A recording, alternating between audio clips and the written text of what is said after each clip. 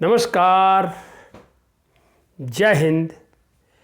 Episode number 342 आज हिंदी में आपसे बात करता हूँ। सोशल मीडिया का मैं यूनिवर्सिटी है वो सोशल मीडिया यूनिवर्सिटी का मैं भी छात्र हूँ और इस छात्र में मैं बहुत पढ़ता भी हूँ और उसमें कुछ लिखता भी हूँ, बताता भी हूँ, करते भी रहता हूँ। जन जागृति का मेरा मेन मुद्दा है। एक भजन है इसमें, जो पेड़ हमने लगाया पहले। ये अनेक प्रकार से कितने गायक इसको गा रहे हैं और मेरे भी दिल को ये छूता है, ये सब को छूता। कारण क्या है, ये जो दुनिया को हम अपना परमानेंट हाउस, परमानेंट रिसोर्ट बना के बैठे हैं, सोच के बैठे हैं, ये परमानेंट नहीं है। यहाँ हमारा लाइफ, हमारी ज़िंदगी टेम्प्रोरी है। हमें कुछ समय दिया गया है, इधर आना, अपना रोल अदा करना, वापस चला जाना। जो हमें यहाँ भेज रहा है वही हमें वापस बुला रहा है। बस इतनी सी बात को समझने के लिए एक छोटे से ज्ञान की ज़रूरत है इस भजन में। तो मैं भी आपके सामने प्रस्तुत करना चाहता हूँ। मैं गायक नहीं हूँ, सुनिए। जो पेड़ हमने लगाया पहले, जो पेड़ हमने लगाया पहले, उसी का फल अब हम पा रहे हैं। रचा है सृष्टि को जिस प्रभु ने, उसी की वही तो सृष्टि चला रहे हैं। रचा है सृष्टि को जिस प्रभु ने, वही तो सृष्टि चला रहे हैं। इसी धरा से शरीर पाए, इसी धरा में फिर सब समाए। इसी धरा से शरीर पाए, इसी धरा में फिर सब समाए। है सत्य नियम यही धरा का, है सत्य नियम यही धरा का। एक आ रहे हैं, एक जा रहे हैं। रचा है सृष्टि को जिस प्रभु ने, वही तो सृष्टि चला रहे हैं। जिन्होंने भेजा जगत में जाना, तय कर दिया लौट के फिर से आना।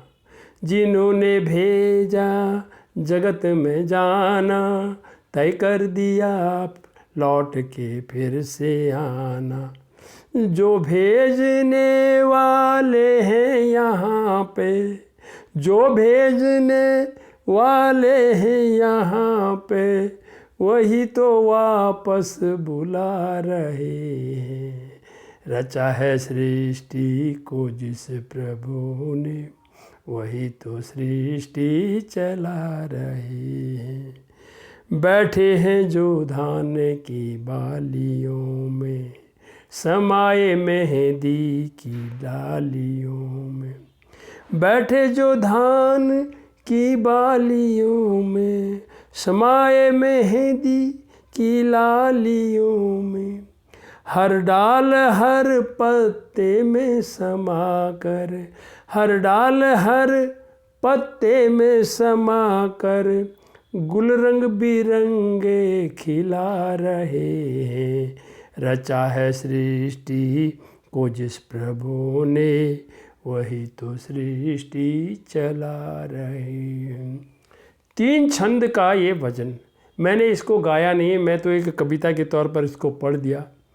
इसको लोग सुर के साथ गाते हैं, हारमोनियम तबला के साथ। ये यूट्यूब में मैंने सुना था इसको, लेकिन इसको सुन के उसी समय के लिए नहीं है, ये हमेशा इसको समझ लेना चाहिए।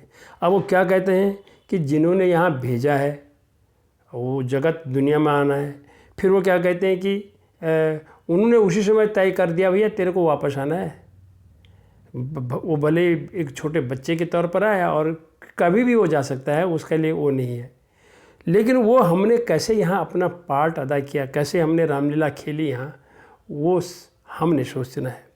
अब वो दूसरी बात वो कहते हैं कि जो बैठे हैं जो धान की बालियों में, मतलब उनका कहने का है कि गन्ने को मीठा किसने बनाया, नींबू को खट्टा किसने बनाया, केला में मिठास, सेव में मिठास किसने डाली, करेले में कड़वाहट किसने डाली।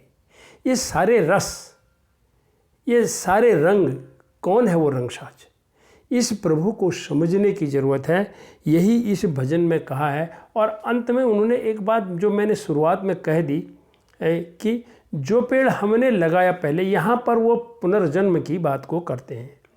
आप इसको मानिए, कभी कभी हम कहते हैं यार हमने तो यहाँ सब कुछ अच्छा ही किया, अब हमें क्यों तकलीफ़ हो रही है, हमारे किस कर्म का फल है, ऐसा इसको कह सकते हैं। दुख सुख तो आने हैं, दुख भी आएंगे सुख भी आएंगे, अंधेरी रात उजाला दिन, ये तो होता है। लेकिन हमें इस चीज़ को याद रखना पड़ेगा। हम वो इसलिए कहता है कि हमें अच्छे पेड़ लगाने हैं, यानी अच्छे कर्म करने हैं। इसलिए वो जगाते हैं कि जो पेड़ हमने लगाया पहले उसी का फल अब हम पा रहे, यानी हमें वो ये बताना चाहते हैं अच्छे पेड़ लगाओ, अच्छे कर्म करो, और इस दुनिया से जब आप जाएंगे तो वही आपकी एक निशानी बन के यहाँ पर रह जाएगी। और यही है इस भजन का अर्थ कि यहाँ कोई परमानेंट नहीं है, परमानेंट तो ईश्वर के पास ही है। आना है और जाना है, जो आ रहे हैं वो जा रहे हैं। इन्हीं शब्दों के साथ धन्यवाद, नमस्कार।